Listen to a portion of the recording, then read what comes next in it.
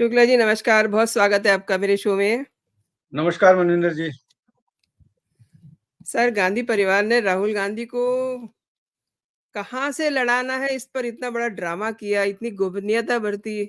मैं सबसे पहले तो ये समझना चाहूँगी कि गांधी परिवार ने ये खेल क्यों खेला? देखिए मनिंदर जी, गांधी परिवार को ये खेल खेलना उनकी मजबूरी थी। वो मजबूरी इसलिए थी कि इस पूरे मामले को अगर राहुल गांधी को वायनाड के अलावा कहीं और से भी लड़ाना था, जिसको वो सुरक्षित अपने हिसाब से समझते थे, तो इस बात को छिपा करके रखना था। इसलिए कि अगर ये खबर लीक हो जाती या उनका नाम पहले से अनाउंस हो जाता, तो वायनाड में उनको पहले से ही बहुत कड़ी चुनौती मिल रही है। वहां से सीपीआई की अन्य राजा हैं और एक और कैंडिडेट हैं जो उनके लिए भाजपा के जो कैंडिडेट हैं वहां से, वो मिलके इनको कड़ी चुनौती दे रहे हैं। तो अगर इस तरह की स्थितियां हैं, सीपीआई की कैंडिडेट मजबूती के साथ लड़ रही है, भाजपा का कैंडिडेट वहां मजबूती के साथ लड़ रहा है, भाजपा लगातार कोशिश कर रही थी कि वायनाड से भी राहुल गांधी को हराना है इस बार। तो उन परिस्थिति में अगर पहले नाम अनाउंस हो जाता, तो राहुल गांधी को वायनाड में जो वोट पड़ने वाला था, सामान्य जो वोट पड़ता है वो भी नहीं पड़ता और हार सुनिश्चित हो जाती। तो उस सुनिश्चित हार को संभावित हार में बदलने के लिए ये सारा का सारा ड्रामा किया गया और इसको छिपाया गया कि राहुल गांधी को अमेठी से फिर लड़ाया जाएगा, प्रियंका गांधी को रायबरेली से उतारा जाएगा। और फिर एक बीच में खबर चली थी कि वरुण गांधी को रायबरेली से उतारा जा सकता है प्रियंका के खिलाफ, जिस पर उसमें उन्होंने मना कर दिया है। ये सारा का सारा जो पारिवारिक ड्रामा और पारिवारिक जो फैमिली सोप था, ये लगातार चल रहा था, एक के बाद एक। हफ्ते में 5 दिन चल रहा, 6 दिन चल रहा था। संडे को वो रहता था। तो ये सारा का सारा मामला इसी उससे किया गया है। इसके पीछे एकमात्र मंशा यही थी कि किसी तरह से वायनाड में खेल न बिगड़ने पाए। और यही बात अनी राजा ने भी कही कि इस वायनाड की जनता के साथ कांग्रेस ने धोखा किया है। कांग्रेस को अपने मंशा क्लियर करनी चाहिए थी, इसमें कोई छिपाने वाली बात नहीं है। भाई, जब राहुल गांधी अमेठी के साथ साथ वायनाड गए थे, तो भी तो लोगों ने ये प्रश्न किया था कि क्यों दी। बहुत सारे लोग 2 सीटों पर लड़ते हैं। प्रधानमंत्री नरेंद्र मोदी पहला चुनाव वडोदरा और वाराणसी से लड़े थे। तो इसमें इवन सोनिया गांधी पहला चुनाव बेल्लारी और अमेठी दोनों जगह से लड़ी थी। तो ये इसमें कोई वो नहीं था, लेकिन जिसको बोलते हैं ना, चोर की दाढ़ी में तिनका वाली बात है, तो ये वैसी ही स्थिति थी जी। ऐसा सुना जा रहा है, मैंने इसलिए ये सवाल किया था क्योंकि फैमिली में जो पावर का ड्रामा है, वो इसके पीछे वजह बताई जा रही है। मतलब प्रियंका, रॉबर्ट वाड्रा, क्योंकि आपको पता है कि रॉबर्ट वाड्रा भी चाह रहे थे और प्रियंका भी चाह रही थी। तो ये मैं जानना चाह रही हूँ कि इसमें प्रियंका वाड्रा का क्या रोल है, जो इन्हें अमेठी से रायबरेली शिफ्ट किया गया? देखिए, अगर प्रियंका का इसमें रोल नहीं हो सकता है। ये सारा का सारा जो निर्णय हुआ है, ये मेरी जो समझ है, मेरी समझ के हिसाब से ये सारा कुछ सोनिया गांधी का स्क्रिप्टेड है। सोनिया गांधी ऐसा ही चाहती थी। और अगर प्रियंका की कोई भूमिका होती, तो प्रियंका भी कहीं ना कहीं से चुनाव लड़ रही होती। प्रियंका को, मतलब आप इसको इस ढंग से सोचिए कि उसी गांधी परिवार का बेटा 2 सीटों से चुनाव लड़ रहा है, और उसी गांधी परिवार की बेटी जो सक्रिय राजनीति में पिछले 5 साल से है, उत्तर प्रदेश की प्रभारी थी, राजस्थान में अच्छे भाग दौड़ किया है, हिमाचल का चुनाव जिताने का क्रेडिट उनको जाता है, तेलंगाना के बारे में भी ऐसा बोला जाता है। तो उस तरह की नेता को आप कहीं से भी चुनाव लड़ाने के लिए तैयार हो। अगर ये बात कहा जाए कि अगर प्रियंका को चुनाव मैदान में उतार दिया जाएगा तो पूरे देश की कैंपेनिंग कैसे करेंगे, तो राहुल पूरे देश में कैंपेनिंग कैसे करेंगे 2 सीटों पर चुनाव लड़ करके। तो ये बहुत सारे कॉन्ट्राडिक्शंस हैं। ये ऑब्वियसली। बहुत सिंपल सी बात है कि प्रियंका गांधी को चुनाव में नहीं उतरने दिया गया। इसलिए कि वो ये नहीं चाहते थे कि गांधी परिवार ये नहीं चाहता है, विशेष रूप से सोनिया गांधी ये नहीं चाहती हैं कि प्रियंका गांधी जो है वो राहुल से बेहतर नेता, बेहतर कौशल वाली नेता बन के उभरे। जो सामान्य परसेप्शन ये है कि कम से कम वो अपनी बातों में, जो पब्लिक रैलीज होती हैं, भाषणों में, वो इस तरह की बात नहीं करते जो एम्बैरसिंग होती है, करती, जो एम्बैरसिंग होती है, या ऐसी बातें नहीं करती जो जो अतार्किक लगे या जिसके कोई सर पैर कोई मायने ना हो। ऐसा प्रियंका नहीं करती हैं, इसलिए प्रियंका की पॉलिटिकल इमेज राहुल गांधी से बेहतर है। और इस बात का डर परिवार के अंदर है, परिवार के बाहर तो है ही है, परिवार के अंदर भी डर है। जी। मेरा यही इसीलिए मैं पूछ रही थी ना कि फैमिली में जो अंदर ड्रामा चल रहा है और प्रियंका को नहीं उभरने दिया जा रहा, जबकि ऐसा समझा जाता है कि राहुल गांधी तो इतना अच्छा से पब्लिक से कनेक्ट भी नहीं करते और प्रियंका गांधी बेटर कनेक्ट करती हैं। जैसा कि आपने कहा कि 2-3 राज्यों में उनको श्रेय जाता है कांग्रेस को जिताने का। नहीं, बिल्कुल, बिल्कुल वही बात है कि वो बेहतर तो कम से कम बोलचाल को लेकर के, स्ट्रेटजी को लेकर के एक चुनाव से आप आकलन नहीं कर सकते हैं। और वैसे भी किसी भी पार्टी का जो शीर्ष नेतृत्व होता है, हमेशा और अगर शीर्ष नेतृत्व तो इस तरह की पृष्ठभूमि वाला है कि पूरा का पूरा कांग्रेस ही उनके उसमें है, तो अगर इस तरह की पृष्ठभूमि है तो सारा का सारा क्रेडिट उस परिवार को जाता है। हार जो होता है वो सबकी कलेक्टिव हार होती है, लेकिन जीत जो होती है वो व्यक्ति की होती है, उस परिवार की होती है। तो ये मसला है, लेकिन कम से कम पब्लिक स्पीकिंग में स्ट्रेटजी तो नहीं कहूंगा, लेकिन जो लोगों से जो उनका कनेक्ट है वो राहुल गांधी से बेहतर है, इसमें कोई दो राय नहीं। जी। चलिए, अब डरते-डरते ही कहिए, जहाँ कहिए कि लास्ट मोमेंट पे उन्होंने रायबरेली से अपना नॉमिनेशन फाइल कर दिया है, तो सबसे पहले सवाल तो यही था कि अमेठी को उन्होंने क्यों छोड़ा? मतलब वो क्या उनको ये डर था कि दूसरी बार भी स्मृति ईरानी से अगर हार गए तो 2 बार का ठप्पा लग जाएगा? क्या सोचते हैं सर? देखिए, ये नहीं, ये तो है ही है। अगर ये है ग्राउंड रिपोर्ट, निश्चित तौर पर कांग्रेस ने मंगाने की मांग मंगाई होगी और उनको लग गया होगा। अगर एहसास नहीं होता तो पिछला चुनाव ही राहुल गांधी वायनाड से लड़ने क्यों जाते, उनको लग गया हार। तो इस बार भी ग्राउंड रिपोर्ट मंगाई हो गई है और उनको ये लगा होगा कि नहीं, इस तरह की स्थिति नहीं है कि चुनाव जीत सके। तो वो गांधी को उन्होंने अमेठी से रायबरेली शिफ्ट किया। तो चुनाव में हार तो सबसे बड़ा कारण है और इसीलिए वो अमेठी गए। लेकिन अमेठी क्या इतनी सेफ सीट है कि चुनाव जीत जाएंगे, ये एक और बड़ा प्रश्न है। लेकिन अब अगर राहुल गांधी या गांधी परिवार का कोई भी व्यक्ति नॉर्थ से चुनाव नहीं लड़ता तो इसका मैसेज अक्रॉस द कंट्री खराब जाता। वो एक मजबूरी थी जिसके कारण चुनाव राहुल गांधी रायबरेली से लड़ रहे हैं।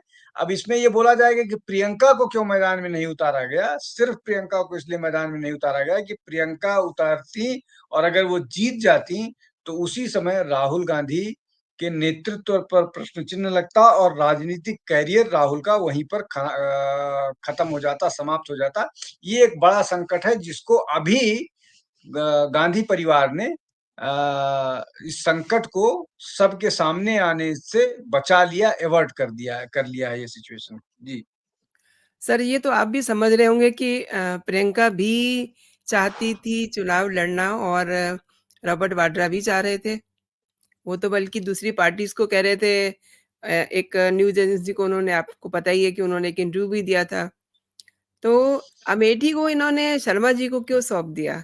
आई मीन वहाँ तो प्रियंका को ये कर सकते थे लॉन्च। नहीं, देखिए, कर सकते थे लॉन्च, कुछ भी कर सकते थे। अमेठी से प्रियंका को उतार सकते थे, अमेठी से फिर राहुल को उतार सकते थे, प्रियंका को रायबरेली उतार सकते थे, कुछ भी कर सकते थे, कर तो सकते थे। लेकिन उस कर सकने में न केवल ये देखना था कि चुनाव जीतेंगे कि नहीं जीतेंगे, दूसरा ये कि जो राहुल गांधी का जो राजनीतिक भविष्य है, उस भविष्य को भी इन निर्णय से जज करना था कि उनका राहुल गांधी का जो राजनीतिक भविष्य है उस वो इन निर्णयों से कितना प्रभावित होता है। प्रियंका के रायबरेली से चुनाव लड़ने से या अमेठी से चुनाव लड़ने से उसका क्या प्रभाव होगा, और राहुल गांधी किस सीट पर लड़ेंगे कि वो कम से कम अपनी सीट बचा पाएं, सेफ निकल जाएं, दो की दोनों सीट जीत पाएं। तो बहुत सारे फैक्टर्स थे। होने को क्या हो सकता था, क्या होना चाहिए, होने को तो जब पहली लिस्ट में नाम घोषित हुआ था राहुल गांधी का, उसी में रायबरेली सीट के लिए भी उनका नाम घोषित किया जा सकता था, और अमेठी से प्रियंका गांधी को। तो इस तरह की होने की संभावनाएं अनगिनत हैं। लेकिन क्या हुआ, और जो हुआ उसके पीछे कारण क्या है, उन कारणों को समझना बहुत जरूरी है। जी, वो तो कारण उन समझाइए ना फिर? जी, नहीं, मैं जी। वही बता रहा हूँ, इतनी बातें हुई। वो कारण यही है कि अगर अमेठी से प्रियंका गांधी लड़ती और जीत जाती, तो वो राहुल के लिए एक बड़ा संकट हो जाता। राहुल के राजनीतिक भविष्य के लिए एक बड़ा संकट था। तो किसी एक ऐसे पिग्मी को उतार दिया जाए, किसी एक जिसका पॉलिटिकल स्ट्रेचर बहुत हो ही ना, छोटा हो या बहुत हो, तो वो उतार देना, जिससे कहने के लिए भी हो गया कि हम वहां अपने एक जमीनी कार्यकर्ता को उतारे, और परिवार पर कोई प्रश्न चिन्ह नहीं आया। और दूसरा ये कि राहुल गांधी नॉर्थ की किसी न किसी सीट से लड़ना था, अमेठी सेफ नहीं थी, तो उनको रायबरेली से उतारा गया, जिससे ये लगे कि वो नॉर्थ छोड़ करके नहीं गए हैं, और अपनी जो पुश्तैनी सीट है, जो अपनी उनकी पुरानी सीट है, उसको उन्होंने छोड़ा नहीं है, और अपनी माँ की विरासत के साथ या गांधी परिवार की विरासत के साथ जुड़े हुए हैं। तो ये मोटा तौर पर जो परसेप्शन वाली चीजें हैं, वो यही है, बताती हैं कि ये कारण थे जिसके कारण राहुल गांधी को रायबरेली से उतारा गया। अभी सर क्या देखते हैं आप रायबरेली में अ, गांधी परिवार के जो शहज़ादे हैं उनका भविष्य? देखिए मनविंदर जी, मुझे लगता है कि जिस तरह से चुनाव लड़े जा रहे हैं, और जिस तरह से सारा का सारा चुनावी प्रबंधन उत्तर प्रदेश में चल रहा है, इन परिस्थितियों में सब लोग बहन जी को नजरअंदाज कर रहे हैं। जी, बहन जी अब तक 72-73 सीटों पर अपने नॉमिनी घोषित कर दिए हैं, अपने कैंडिडेट घोषित कर दिए हैं, और इन 72-73 में मुझे एग्जैक्ट नंबर ध्यान नहीं है, लेकिन इतने ही हैं, इसी के आसपास है। उसमें से उन्होंने 20 मुसलमानों को टिकट दिया है, जो आई इंडिया अलायंस को बहुत सारे सीट पर मुश्किल देने वाली है। और उन सीटों में जो समाजवादी पार्टी की फर्स्ट फैमिली है, वो ज्यादा प्रभावित हो रहे हैं। चाहे धर्मेंद्र यादव हों, चाहे राम गोपाल के सुपुत्र हों, चाहे आदित्य यादव हों, और शिवपाल यादव के सुपुत्र। तो ये एक परिस्थिति हो गई। दूसरी परिस्थिति, अगर अमेठी और रायबरेली की बात करें, रायबरेली से उन्होंने एक जिस कैंडिडेट को उतारा है, वो यादव समुदाय से है। मुझे नाम अभी ध्यान नहीं आ रहा, अभी याद आ जाता है तो बता देता हूँ। जी, वो वो जो है वो राहुल गांधी के लिए, समाजवादी पार्टी के लिए वहां पर मुश्किल, ठाकुर प्रसाद यादव उनका, तो जी, जी। वो, हाँ, वो मुश्किल करने वाला है राहुल गांधी को रायबरेली में। और अगर पिछले चुनाव की बात करें, तो पिछले चुनाव में रायबरेली से बीजेपी का वही कैंडिडेट था जिसको इस बार उतारा गया है, दिनेश प्रताप सिंह। और जी, दिनेश प्रताप सिंह ने पिछले चुनाव में 40% वोट उनको मिला था। और सोनिया गांधी को लगभग 55% के आसपास वोट मिला था, जो 72 से घटते घटते 55 पर पहुंच गया। तो इस बार न तो सोनिया गांधी चुनावी मैदान में है, और इस बार एक ऐसा कैंडिडेट चुनावी मैदान में है रायबरेली से, जो लगातार सीट हॉपिंग कर रहा है। वो रायबरेली, अमेठी से वायनाड भागता है, वायनाड से रायबरेली आता है, और कॉन्स्टिट्यूएंसी को या अपने लोगों को जो उसका मतलब ड्यूटीफुल ऑब्लिगेशन होता है, जो उसका ऑब्लिगेशन होता है, उस ऑब्लिगेशन को पूरा नहीं कर पाता है, उसमें कमतर रहता है। तो इसलिए वहां की जनता राहुल गांधी को कितना सीरियसली लेगी, रायबरेली की जनता, ये तो 2000 अरे वो 4 तारीख को जो चुनाव परिणाम आएंगे तभी पता लगेगा। लेकिन मोटे तौर पर जनता के अंदर राहुल गांधी को लेकर के बहुत पॉजिटिव वाइब नहीं है। सबको ये लगता है कि ये शहजादे हैं, इनको आप ना इनसे आप कोई अपनी दुख व्यथा रख सकते हैं। ये सिर्फ सफेद हाथी हैं, जो शायद देखने में बहुत खूबसूरत हो, या उसका सिर्फ कॉस्मेटिक वैल्यू, या उसका सिर्फ एक जो बोलते हैं ना शोकेस करने के लिए होता है, जी। यूटिलिटी उनकी उतनी नहीं होती।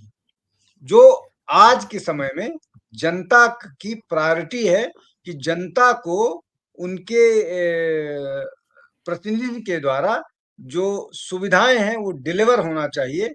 और अब बहुत एस्पिरेशनल हो गई है जनता, ज्यादा खोजती है। जी। जिस समय सीटों का बँटवारा हो रहा था, बड़ा अखिलेश जी प्यार दिखा रहे थे कांग्रेस के लिए। अब आप वो सब किस तरीके से देखते हैं रायबरेली में? नहीं, रायबरेली को लेकर के सीटों के बंटवारे में तो कोई अड़चन थी ही नहीं। रायबरेली तो उनको ही जाना था, हुँ, हुँ। गांधी और गांधी परिवार को। तो रायबरेली को, लेकिन पहले इतनी सीटें देने का वो नहीं था, लेकिन बाद में किसी तरह से तैयारी हो गई और 17 सीटें इनको मिल गई हैं। लेकिन उस 17 में ऐसा नहीं है कि रायबरेली और अमेठी में वो दौड़ से बाहर हैं। वो बाकी 17 सीटों में भी कहीं दौड़ में नहीं है, कहीं पर भी दौड़ में नहीं है। मतलब रायबरेली एक ऐसी सीट है जहां पर थोड़ा सा मुकाबला होगा। अब तो अमेठी में भी कोई मुकाबला नहीं रहा। जी, जी। और हाँ, बाकी 17 सीटों में कोई मुकाबला, बाकी 15 सीटों में कोई मुकाबला कांग्रेस का कोई कैंडिडेट कर पाने जैसा दिख रहा है, ऐसा नहीं होता हुआ दिख रहा है। अच्छा, ऐसा सर सुना जा रहा है कि लगातार अगर इस बार भी अमेठी से चुनाव लड़ते राहुल और वो हार जाते, तो उससे स्मृति ईरानी का कद बढ़ जाता। यानी कि स्मृति ईरानी को ये कहने को मिल जाता कि मैंने 2 बार राहुल को हराया है। देखिए तो इस उससे बात उससे देखिए, जी, मुझे मेरे मेरे हिसाब से उससे कोई अंतर नहीं पड़ता है। राहुल गांधी को पिछला चुनाव हरा करके ही वो उनकी जाइंट किलर वाली इमेज बन गई थी। उससे महत्वपूर्ण बात है जो सबको समझ लेना चाहिए। स्मृति ईरानी का कमिटमेंट आप देखिए, और स्मृति ईरानी का अपना जो काम करने का तरीका है, जिस तरह से वो अपने आप को कंडक्ट करती हैं, उसको आपको, अगर आप उनके आलोचक हैं तब भी आप बिना अप्रिशिएट किए हुए नहीं रह सकते हैं। आप देखिए, उनको जब भी कठिन से कठिन जिम्मेदारी दी गई, उन्होंने उसको साथ स्वीकार किया। कपिल सिब्बल के खिलाफ चांदनी चौक से लड़ाया गया, वो चुनाव लड़ी, चाहे हारी। राज्यसभा भेजा गया, उन्होंने पूरे राज्यसभा में जाकर के अपनी भूमिका निभाई। फिर उनको राहुल के खिलाफ उतारा गया, और राहुल के खिलाफ तब उतारा गया जब वो राहुल गांधी मतलब कांग्रेस ठीक ठाक पोजीशन में थी, कम से कम उन 2 सीटों पर। और वो लगभग 1.5 लाख मतों से चुनाव हारी, लेकिन उन्होंने हिम्मत नहीं हारी। वो लगातार कॉन्स्टिट्यूएंसी में डटी रही, और अगला चुनाव उन्होंने राहुल गांधी को हराया, 55,000 वोटों से हराया, जो अपने आप में छोटी जीत नहीं थी। तो अगर आप इसको इस दृष्टि से देखिएगा, तो जो स्मृति ईरानी है, स्मृति ईरानी का कमिटमेंट को आप नकार नहीं सकते हैं, उनकी मेहनत को नकार नहीं सकते हैं। केंद्रीय मंत्री हैं 10 साल से, बावजूद इसके कि उन्होंने राहुल को हराया था, उनके हिसाब से शायद संतोषजनक मंत्रालय नहीं था, लेकिन उन्होंने कभी शिकायत वाली बात ही नहीं की और अपने उस पर काम करती रही, जहां भी उनको जो भी बोला गया। वायनाड का चक्कर लगाती रही लगातार। उसके अलावा और जो पार्टी की तरफ से जो जिम्मेदारी दी गई वो करती रही। तो जो इस तरह के और सबसे बड़ी बात यह है कि उन पर व्यक्तिगत हमले होते रहे, सब तरफ से व्यक्तिगत हमले होते रहे और बिलो द बेल्ट व्यक्तिगत हमले होते रहे। जी, जी। उन सब के बावजूद वो कमिटमेंट के साथ काम करती रही।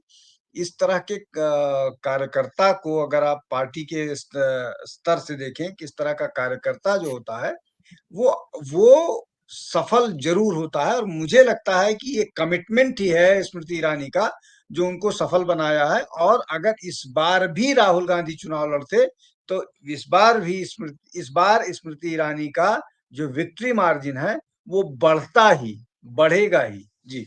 जी, जी। आपने सर बहुत बड़ी बात कही है, क्योंकि इधर ये देखने में आ रहा है कि वो दिन में 1 दर्जन से ज़्यादा बार नुक्कड़ सभाएँ कर रही हैं, लोगों से मिल रही हैं, लोगों से कनेक्ट कर रही हैं। एंड दिस गांधी परिवार, ये लोग तो कभी मतलब एक बार जीत गए या हार गए, उसके बाद ये अपनी कॉन्स्टिट्यूएंसी को देखते ही नहीं जा कर के। देखिए, पिछले 19 से 24 के बीच में रायबरेली में सोनिया गांधी ने एक बार गई। और अगर अमेठी की बात करें तो अमेठी में राहुल गांधी 2 बार गए या 3 बार गए पूरे 5 साल में। तो ये सीरियसनेस दिखाता है। अगर उसका कंपैरिजन कीजिएगा तो मुझे लगता है कि स्मृति ईरानी 15 से 20 बार गई। एक और बात है, उन्होंने ये कहा था कि अगले चुनाव से पहले अमेठी में मेरा घर होगा। और उन्होंने घर गृह प्रवेश किया और अपने घर में वो गई और वहीं से पूजा पाठ करके नॉमिनेशन के लिए निकली। तो ये सारी चीजें जो है वो योजना, कमिटमेंट, ये सारी चीजें दिखाता है।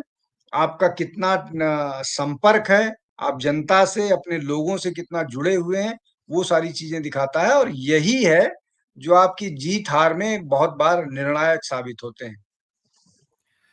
राहुल गांधी का मुकाबला सर इस बार दिनेश प्रताप सिंह से है। और दिनेश प्रताप सिंह वो हैं जो 2019 में भी इसी सीट से उतरे थे, और आपने भी इसका ज़िक्र किया। उस बार हार गए थे, लेकिन इस बार आपको क्या लगता है?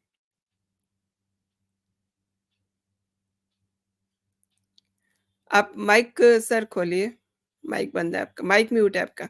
हाँ, जैसा मैंने पहले कहा कि पिछली बार से और इस बार की तुलना थोड़ा सा वो इसलिए है कि पिछली बार इस सीट पर सोनिया गांधी थी और इस बार इस सीट पर राहुल गांधी हैं। राहुल गांधी को लेकर के थोड़ा सा जनता नॉन सीरियस हो इसलिए जाती है कि राहुल गांधी बहुत बार इस तरह की बात करते हैं जो उनको नॉन सीरियस नेता बना देती है। और बीजेपी का ग्राफ उन सीटों पर बढ़ रहा है। मैंने बताया कि 72 से 55 तक पहुंचे हैं। और ये जी। जो 7-8% का गैप होता है, ये जैसे ही 7% या 8% बढ़ जाएगा बीजेपी का, वैसे ही 8% कांग्रेस का कम भी होगा ना। तो इस चुनाव को जीतने के लिए बीजेपी को अपना वोट परसेंट 7-8% ही बढ़ाना होगा चुनाव जीतने के लिए। प्लस जो ठाकुर प्रसाद यादव ये जो वोट काट रहे हैं, हुँ, ये हुँ। एक बड़ा फैक्टर है। इसलिए मैं तो यही कहूंगा कि ये चुनाव राहुल गांधी के लिए रायबरेली वाला भी आसान नहीं है। उनको नाको चने चबाने पड़ेंगे। सर अभी अब इतनी बात हमने की है, लेकिन मेरे दिमाग में एक बात आ रही है कि अगर सोनिया गांधी को ही यहाँ से उतारा जाता है, तो वो थोड़ा नहीं आपको लगता है कि राहुल गांधी से ज़्यादा अच्छा परफ़ॉर्म करतीं? उनको ज़्यादा हाँ, अच्छा लेकिन रिस्पॉन्स मिलता? लेकिन लेकिन सोनिया गांधी की हेल्थ इस तरह की नहीं है कि लोकसभा का चुनाव लड़ पाए। और इसीलिए उन्होंने चुनाव न लड़ने का निर्णय किया और राज्यसभा चली गई। अब राज्यसभा चली गईं, शायद वो राजनीति से संन्यास ले सकती थीं, लेकिन चूँकि उनको 10 जनपद रिटेन करना था, इसलिए वो राज्यसभा जी, गईं, जी। तो वो एक अलग मसला है, वो एक अलग बहस है। जी। Sir end of this show एक सवाल और है। अमेठी से केएल शर्मा को उतारने के पीछे कांग्रेस की क्या स्ट्रैटेजी है? कोई स्ट्रेटजी नहीं है, ये रैंडम चॉइस है। कोई और कैंडिडेट इस तरह का नहीं था, रहा होगा, बहुत सारे और लोगों को ऑफर किया गया होगा, उन्होंने मना किया गया होगा कि हम हारना है तो हारने वाली सीट पर क्यों जाएँ? तो फिर ये एक जिसको बोलते हैं बलि का बकरा, तो केएल वो शर्मा जो हैं, वो बलि का बकरा हैं, उससे ज़्यादा कुछ नहीं है। वो चुनाव प्रबंधन का काम देखते रहे हैं। वो सोनिया गांधी के कॉन्स्टिट्यूएंसी के लोगों को एम्स और राम मनोहर लोहिया अस्पताल में एडमिट कराने का, दिखाने का, इस तरह के जो काम हैं, जो वो काम देखते थे। इसलिए अ, राजनीतिक हैसियत शर्मा जी की नहीं है, लेकिन अब वो चूँकि लॉयलिस्ट हैं गांधी परिवार के, तो वहाँ से आदेश आया होगा, तो इसलिए कि चुनाव मैदान में है। लेकिन इसका चुनावी उससे कोई लेना-देना नहीं है। ये सिर्फ़ एक फ़ॉर्मेलिटी की गई है कि हम भी लड़ रहे हैं अमेठी। हमने अमेठी छोड़ी नहीं है। जी। सर आपने मेरे शो के लिए समय निकाला और मेरे दर्शकों को जानकारी दी। बहुत-बहुत धन्यवाद सर आपका। नमस्कार, थैंक्स। जय हिंद, जय भारत। जय हिंद।